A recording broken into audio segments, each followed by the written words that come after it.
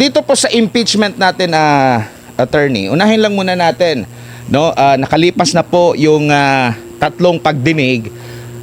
Kaso, kung ikaw ay ordinaryong tao, parang mababagalan ka sa takbo ng proseso. Kasi hindi po usual o regular na nakikita ng ordinaryong tao yung nangyayari sa courtroom. Bihira lang yan. Yung nakakaalam niyan. At ngayon, naging publicize ito. Normal na ba ito sa isang trial, kahit sa courtroom, regular court, attorney? Yes po. Actually, ang nangyayari is, alam natin na maraming naiinip. Kasi in reality, gusto nila yung bakbakan talaga. No? However, hindi po yan nangyayari pagdating sa actual na kaso. Because meron pong rules na kailangan po ilatag ng mainam ang ebidensya. Kaya nga, then, pag hindi kasi malatag ang ebidensya ng tama, pwede po ito maging inadmissible. Hindi na ma-rule on the merits, but it would be saying that there is a failure to introduce the evidence needed for that particular offense. No?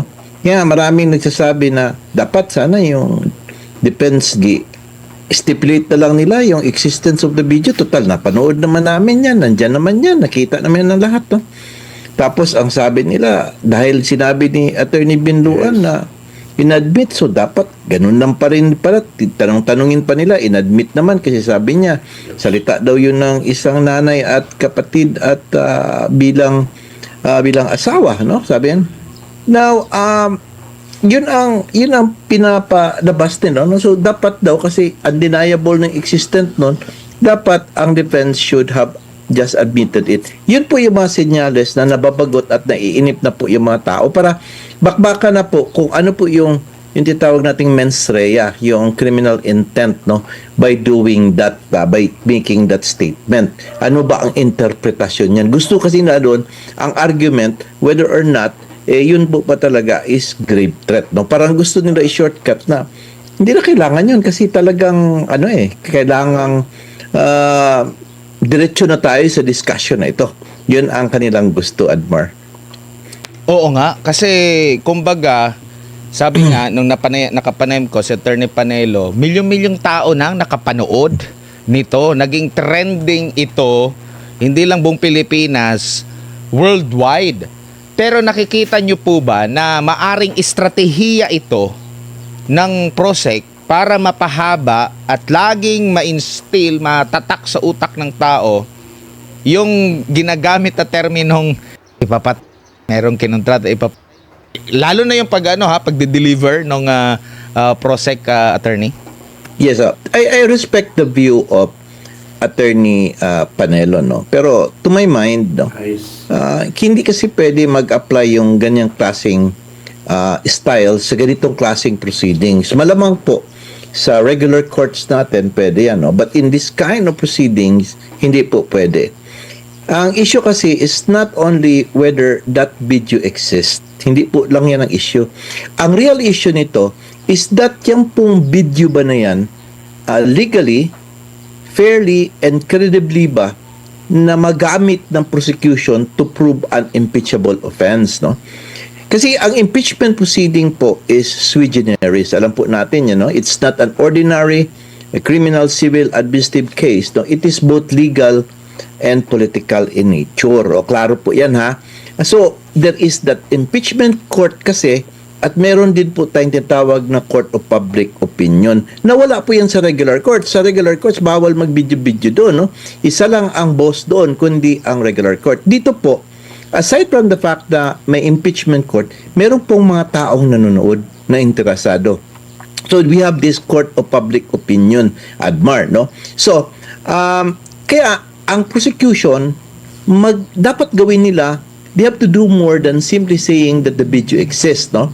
Kailangan ipatunayan nila na ang evidence was legally obtained, okay?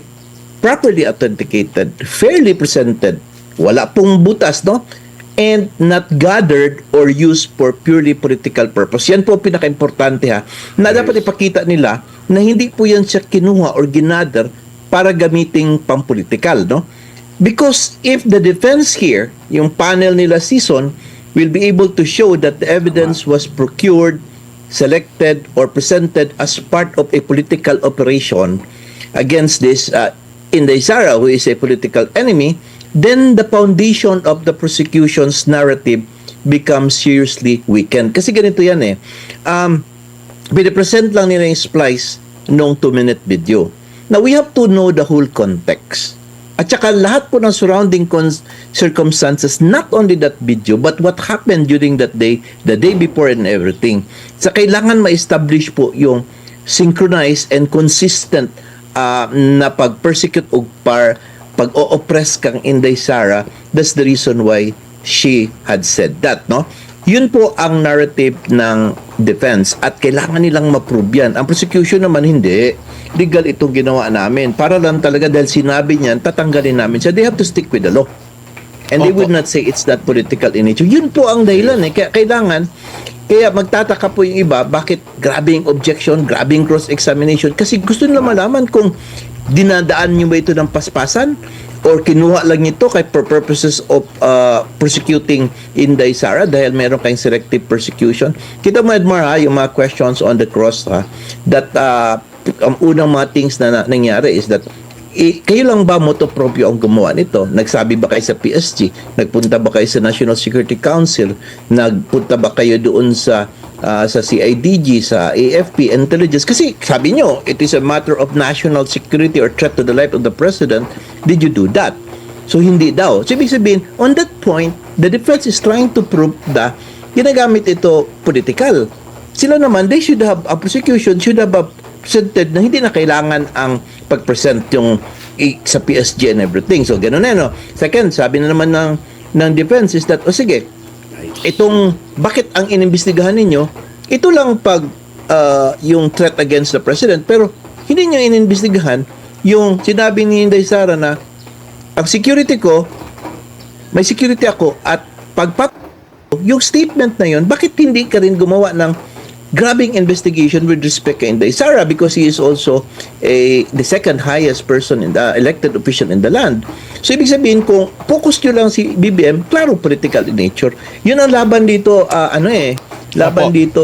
O kaya kailangan talagang ma-present yung witnesses niyan para ma-cross-examine ng defense. Opo. At ang isa din sa mga winawonder ng ating mga kababayan, saglit lang, ang mga senator judges ay mas Yeah. marami ang hindi abogado. Ma-appreciate ba nila itong mga ganitong mga klase ng nakikita lang natin sa korte, normal? Paano? Di ko nga alam kung lahat pa kagaya kasi ang common na talagang laging nagtatanong, nakikita mo talagang sila ginagawa nila yung kanilang assignment, yung mga kalimitan mga abogado at saka yung mga halimbawa Senators Cayetano ng dalawang Senator Cayetano, nandun din yung iba, pero karamihan doon hindi po mga abogado. Paano nila ma-appreciate kung tama sabi nga nang nabasa ko na netizen, at the end of the day, pwede namang hindi lang kasi yes or no lang naman yung boboto yan kung pabor ba ako o hindi na-impeach si BP Sara, attorney. Kaya alam mo, meron yan sila mga lawyers to analyze for them, no? But, kung makita mo, Admar, no?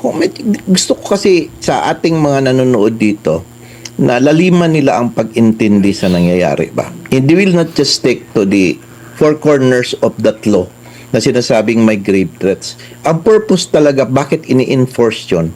At ang political nature of everything. Dapat ganun po tayo mag-isip. Now, tingnan po ninyo, na-reinforce po yung aking opinion or pananaw na political talaga ito. Bakit? If you'll notice the senator judges, both camps, both camps, minority and majority, talagang nire-repair nila kung saan sila nakalin. 'Di ba? Kita mo yung mga katanungan nila, si Risa Intuberos is trying to fix what has been destroyed in order that maremedyohan. The problem is that mali lang pagkatanong kaya mas nag-bolster tuloy yung defense, no? Now, if you will see si Tito Soto, talagang nire-repair nila yung credentials, tinatanong, di ba, meron ka rin sa abroad and everything na nag-training ka, pinipill up nila. Now, And Senator Adon Petercano is also doing the same, honestly, in favor din sa, because nag-start a prosecution, they might as well start also with this kind of protection on kung saan tayo leaning. So in that particular sense palang makita mo, mayroon ng bias. They cannot appear to be a called a neutral judge, no? Kahit na ano pong pilitin ni Senator Escudero by saying hindi, dapat we should appear impartial and everything, they cannot do that because it is his political nature. Meron niyang party affiliation eh. Alam natin na yung iba is aliado po ni BBM, kakalaban Inday, and then si Inday, meron din siyang mga kaalyado dyan. Whether we like it or not, kailangan po yan siya. Ang akin lang, nakita doon, isang senator judge lang ang medyo sharp at saka appears to be impartial, hindi bias, magtanong, yung kay Robin Padilla. Nagulat ako sa lahat sa kanila na nag-graduate sa University of Prison, yun pa ang mas magaling magtanong.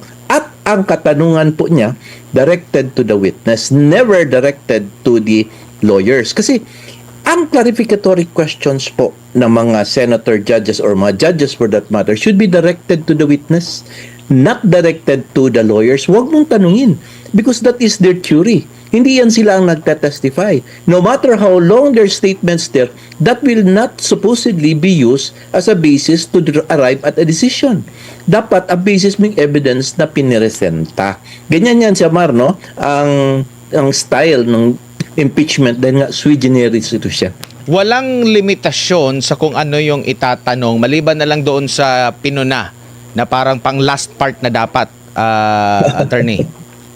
Alam mo, Mar, ang problema niyan man, alam mo, the problem is that, can the lawyers object to the senator judge? Of course, they would not do that kasi magagalit ang judges sila. They do not want to get the ire of the judges. Yes. But, ang kapwa naman na, let's say, a presiding officer, kahit na presiding officer siya, just remember, ano lang yan, co-equal lang niya senator siya. Tapos yung nagtatanong pa is kapag majority. So, ibig sabihin, while nakakapagsabi siya to remind and everything, hindi na ko-control eh. Who will control? Who will stop them from doing that? Diba? So, ang nangyayari is that napapatuloy-tuloy. Now, I think here, honestly speaking, Jesus Escudero is trying his best to contain things, no? So that to make the impeachment proceedings as neutral as possible. As at least naman lang magiging fair proceedings siya, tingnan man lang kahit na sa pananaw ng mga nakikinig, no? Opo. Although in reality, Mara, hindi mo talaga pwede tanggalin ang biases dyan. Kasi political nga in nature eh. Opo.